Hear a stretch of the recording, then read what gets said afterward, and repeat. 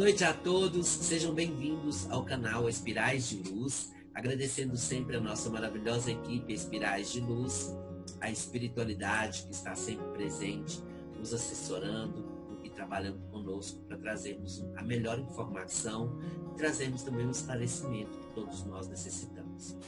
Gente, o tema de hoje, eu vou falar de uma maneira assim, eu não vou falar de uma maneira só, eu vou falar assim, de um assunto dentro desse assunto, tá? Mas o tema de hoje trata sobre erraticidade, onde você mesmo se aprisiona.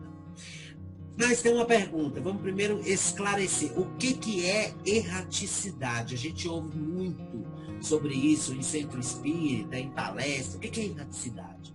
A erraticidade, de acordo com Kardec, não é nada mais e nada menos do que o estado do espírito, o estado em que o espírito se encontra entre vidas, entre uma desencarnação e uma nova reencarnação. Então, a partir do momento que ele se encontra nesse ambiente, ele está na erraticidade.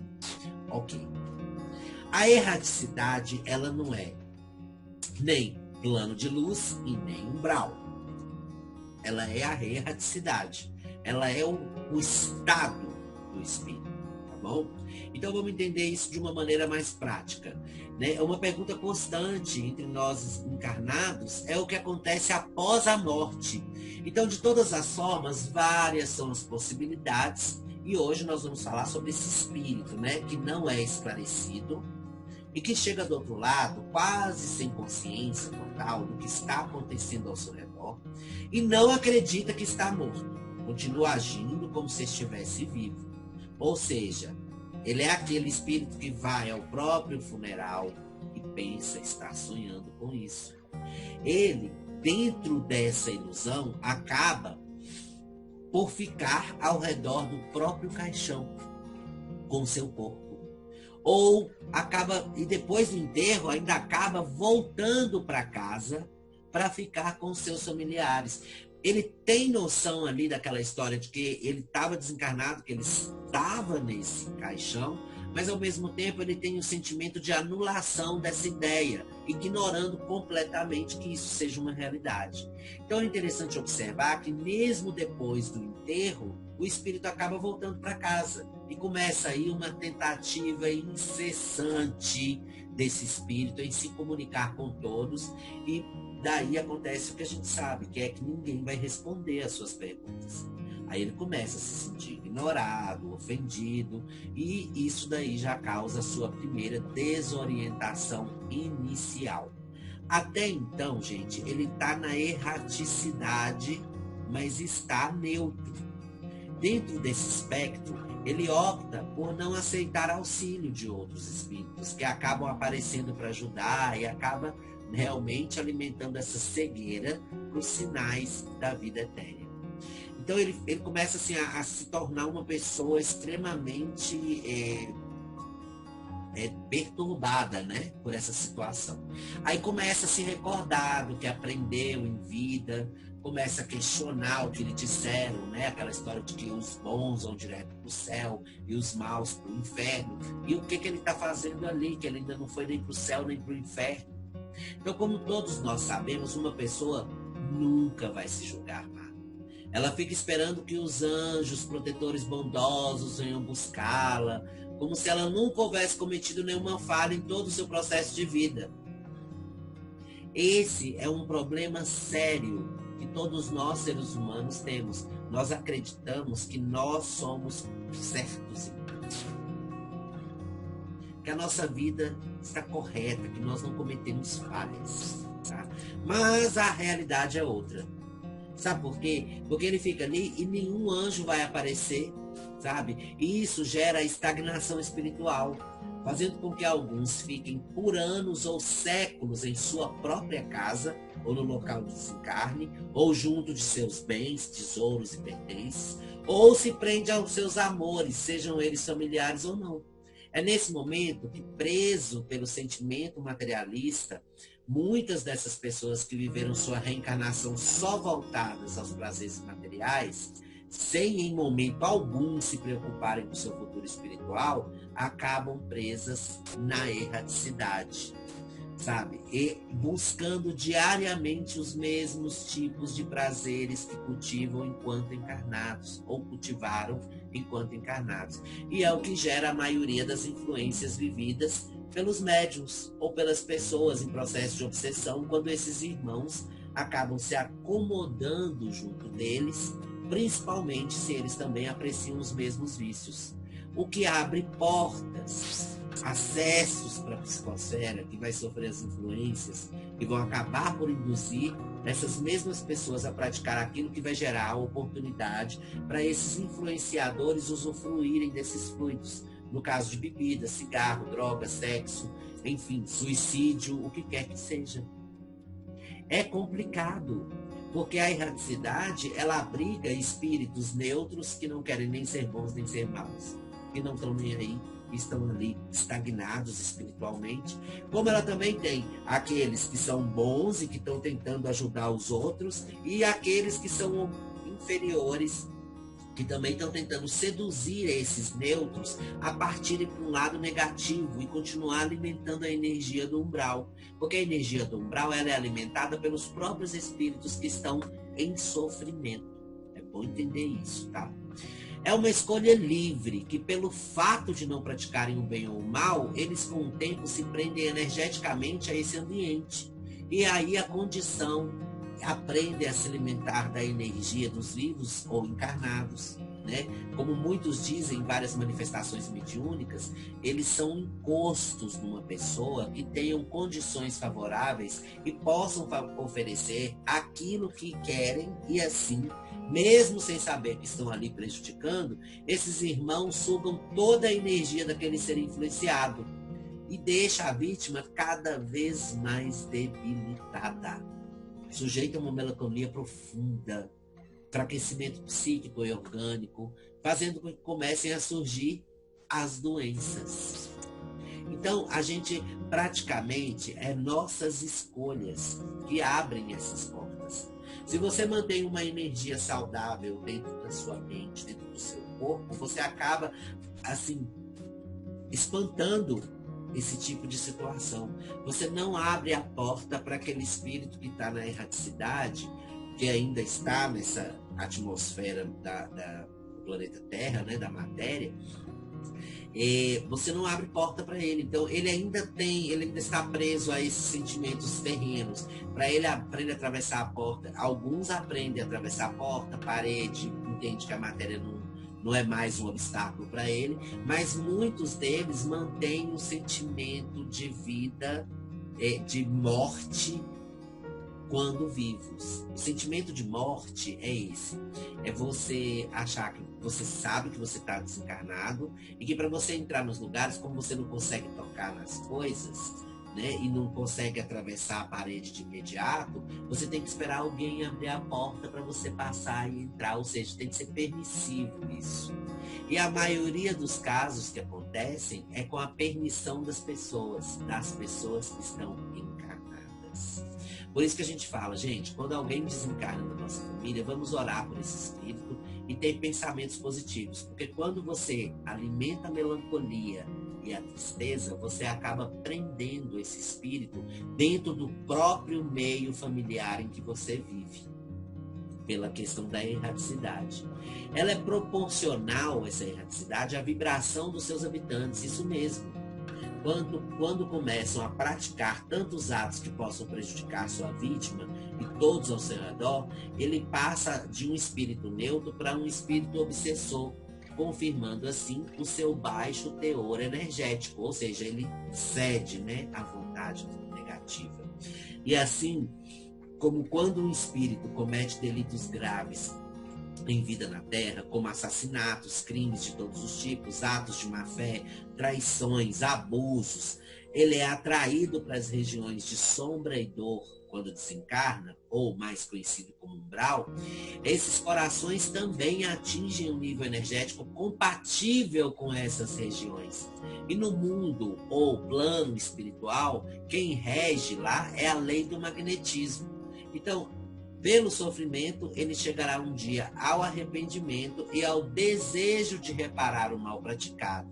Mas esse arrependimento só vai surgir depois que ele for atraído pelo umbral. Então ele é assim, atraído para o umbral, ele vai para as zonas energéticas ruins pela sua própria escolha ruim, e nessa hora ele também está dentro da lei, não sai, nenhum deles sai de dentro da lei, que um dia irá se arrepender e desejar reparar o mal praticado. Munido de sinceridade nos sentimentos, depois que ele toma essa decisão, aí sim, aí ele vai ser socorrido. Ele vai ser socorrido por espíritos bons que irão retirá-lo daquele lugar e serão conduzidos a postos de atendimento espiritual ou, como a gente já conhece, as famosas colônias espirituais. Mas para isso acontecer, ou ele, na erraticidade, toma consciência da sua falha, toma consciência que está desencarnado, que não tem mais nenhum tipo de ligação material com aquela vida, com aquele mundo. Aí quando ele faz isso, ele dali daquele ambiente, da atmosfera do planeta, ele já parte para uma colônia. Ele começa a enxergar um espírito que quer auxiliar ele. Sabe? A gente já viu isso em vários casos de romances espíritas. Mas quando ele não toma essa consciência e que ele alimenta a insatisfação, a vingança, a raiva, os ciúmes, né, que tudo isso leva ao ódio, aí é como se ele fosse sugado para dentro da terra, para o chão, para dentro do chão, e aí ele é levado para regiões inferiores de uma maneira brusca. Então ali ele acorda para as escolhas erradas que ele fez. Mas, como todas as escolhas erradas, elas não te livram da noite para o dia. Você vai passar pelo seu processo que você mesmo causou para você, o tempo necessário que você precisar naquele ambiente para se melhorar. Assim acontece tanto na vida dos encarnados quanto na vida dos desencarnados. Agora, atingiu a esse arrependimento, entendeu e compreendeu, o auxílio vem. E na maioria desses casos acontece devido à falta de preparo para lidar com a morte. Exatamente. Além do que, porque as religiões se preocupam mais em vencer a morte do que preparar a todos para a imutável e inevitável passagem. Essa é a diferença do espiritismo para outras religiões, gente, que se limitam somente a ensinar que para o pecador tenha o descanso em paz e ir direto para o céu, somente se for batizado, convertido, morrer sob confissão, receber a extrema-unção, encomendar seu corpo ou ter um funeral com os rituais religiosos necessários, né? Além do que o fato de ignorarem a reencarnação. Olha, é impressionante porque eles fazem todo esse tipo de situação, eles criam toda essa situação, né? Ai, a gente tem que vencer a morte, para você vencer, né? Não quer vencer a morte, você vai morrer. Para você morrer e ir para o céu, você tem que fazer isso, fazer aquilo. Criam uma lista de rituais, tá? E quando esse cristão tá numa guerra, o avião explode e não sobra nada dessa pessoa. E aí vão descobrir que esse moço morreu depois de um ano, que eram umas guerras de 1945, que não tinha internet nem telefone direito para comunicar. Depois de um ano que descobriram que aquele moço morreu. E aí, ele deixou de ir para um lugar melhor porque ele não recebeu a extrema-unção? Porque ele não teve o velório com todas as honras e glórias? Porque ele não foi batizado? E aí, a misericórdia de Deus limita-se a pessoas ritualistas? Eu nunca ouvi falar que Deus escolhe um ou outro. Pelo que eu entendi, qualquer ser humano no planeta Terra, independente da sua religiosidade, é filho de Deus. É criação dele. Fim. Então isso daí não vai alterar nada. É aquela coisa antiga que o povo tinha, uma mania errada. As pessoas achavam que elas eram salvas, entre aspas, iam direto para o céu, se elas pagassem a missa para o padre. Então elas não se preocupavam em orar ou rezar em momento algum. O padre já está rezando e eu estou pagando ele para isso. Aí chegava, desencarnava, chegava no plano espiritual, cadê? O padre realmente está elevadíssimo, porque o bichinho rezava todo dia, pagando ou não para ele já rezava todo dia. Ou não, né? Porque dependendo do padre, se for um padre materialista que só ficava esperando os fiéis para poder pagar ele, para poder rezar, aí é outra história. Mas o cara já rezava todo dia naturalmente. O que ele recebia de ajuda para a igreja, que era do povo lá, ele rezava para o povo. O povo não rezava. Aprende. Quem tem que fazer a coisa é você. Não é ninguém fazer nada por você, não. Você não pede ninguém para mastigar a comida e jogar na sua boca só para você engolir. Quem faz isso é passarinho, e quando o passarinho é filhote. Entenda isso, tá? Bom, nesse caso, então, nós temos aí o fato de ignorar a reencarnação. Então, o que acontece? Eles cometem a falha de ensinar para seus fiéis que o morto deve aguardar de braços cruzados dentro do caixão até o momento que as trombetas vão soar, e todos ressuscitarão para o julgamento coletivo do juízo final. Algo que é ilógico. Por quê? É prático falar que é ilógico. Não existe a possibilidade da ressurreição. A ciência já comprovou isso. Você pode ter um corpo intacto, congelado, que as funções orgânicas desse corpo não serão suficientes para a reanimação dele. Mesmo porque vai ter se passado, vamos supor, 1000 anos que aquele corpo está congelado. Na hora que você descongelar, vai fazer assim, ó. Se não descongelar junto do gelo, né? Se não virar água na hora também. Então, não tem lógica.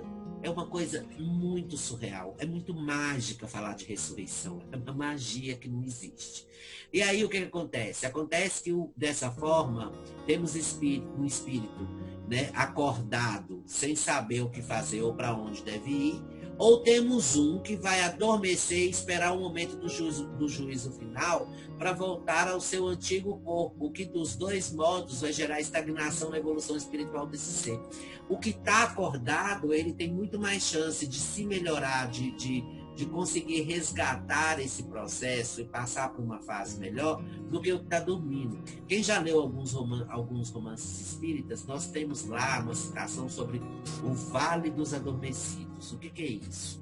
São vários espíritos deitados em macas numa região, todos adormecidos esperando a ressurreição de Jesus. A maioria são protestantes, tá? A maioria.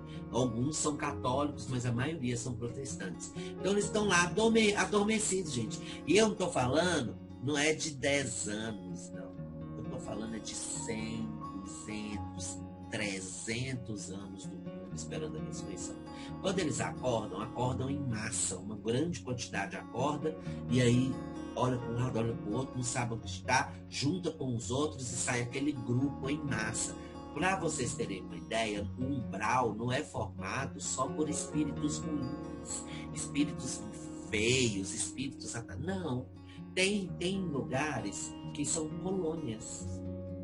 colônias que têm habitantes como se estivessem vivos aqui na carne, levando uma vida num processo vicioso, eterno, que não muda. Então eles estão ali viciados ou em religião, ou em política, ou em qualquer outro tipo de assunto que junte uma sociedade com ideais parecidos e façam com que eles possam viver ali eternamente. Descobrimos a fonte da vida eterna, ninguém aqui morre. É tipo isso, sabe? Então, tem que tomar muito cuidado, porque isso daí significa estagnar-se, né? Não evoluir espiritualmente. Espíritos são livres, são dotados do livre-arbítrio, e mesmo quando encarnados, são livres para fazerem o que quiserem, inclusive o mal. Todas as religiões e doutrinas têm a missão de conduzir o homem à prática do bem e da justiça divina. Consequentemente, vai prepará-lo para voltar para melhor, né? Para a pátria origem, ou a pátria espiritual, né? Do que quando veio para cá. Então, como nada prende um espírito, ele vai sair por aí na intenção de fazer o que quiser. Sendo assim, esse é o motivo de termos incontáveis irmãos que se encontram nessa situação de erraticidade há muito tempo. A nossa atitude e obrigação como encarnados é auxiliar orações e preces, atos nobres, todos aqueles que já desencarnaram e tentar principalmente convencer esses desencarnados a arrepender-se e perdoar a si mesmo e aqueles que são os seus perseguidores. Aí a necessidade de doutrinar e evangelizar esses espíritos é essencial para que no menor tempo possível lhes seja dado conhecer a verdade. É a frase da Bíblia que está bem explícita e clara: conheça a verdade e ela vos libertará. É nesse processo que nós temos a evolução do espírito. Então, quando eu falo para você, a erraticidade não é nem negativa nem positiva, é por isso. Porque ele pode estar ali naquele processo de erraticidade dele, positivo ou negativo, mas ele sempre vai culminar sempre num destino só. Ele se torna um espírito melhor. Ele evolui para melhor. Ele se torna bom. Né? Mas para isso ele precisa passar por todo esse processo, sabe? Sofrer, aprender, educar-se para depois evoluir. Então assim,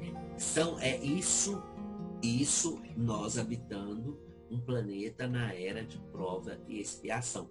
A gente está partindo agora para um planeta de regeneração, onde o amor é mais sublimado, os sentimentos evoluídos são mais aparentes. A tendência é que sentimentos que nós consideramos sentimentos rudimentares, como o egoísmo, o orgulho, né, o ódio, a tendência é que esses sentimentos eles atrofiem, desapareçam. É por isso que existe regeneração. A palavra é regenerar.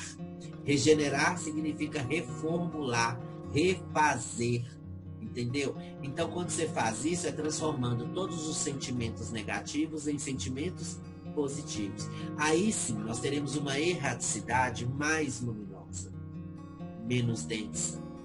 Aí você tem a necessidade, sim, isso explica claramente dentro dos estudos de Kardec, o motivo principal de que o planeta precisa dessa limpeza de espíritos. Retirar daqui esses espíritos que mantêm esse teor energético vibracional inferior, levá-los para uma oportunidade melhor em outro planeta, onde eles têm uma grande quantidade de tempo para evoluir, crescer e aprender, e deixar aqui aqueles que já chegaram nesse patamar meritório. E eles vão ficar aqui nessa erraticidade, trabalhando pela positividade, trabalhando por uma sociedade melhor, por um mundo melhor, por um planeta menos material e mais etéreo. Então isso daí é caminhar para a evolução, chegar aos cumes, né, aos cumes evolutivos necessários para cada espírito. Eu espero que vocês todos tenham entendido, espero que eu tenha sido claro. Lembrando que a gente está sempre aqui no YouTube, pelo canal Espirais de Luz. Peço a vocês que se inscrevam no canal, assim ativem o sininho e vão lá na página do Facebook e curtam nossa página Espirais de Luz também. E a gente está aqui sempre de braços abertos, agradecendo sempre a equipe Espirais de Luz, que proporciona esse trabalho maravilhoso de fé, amor, luz e, lógico, misericórdia divina, porque nós temos que ser misericordiosos e dividir a informação e não guardar apenas para nós mesmos, tá? Até a próxima e beijos de luz.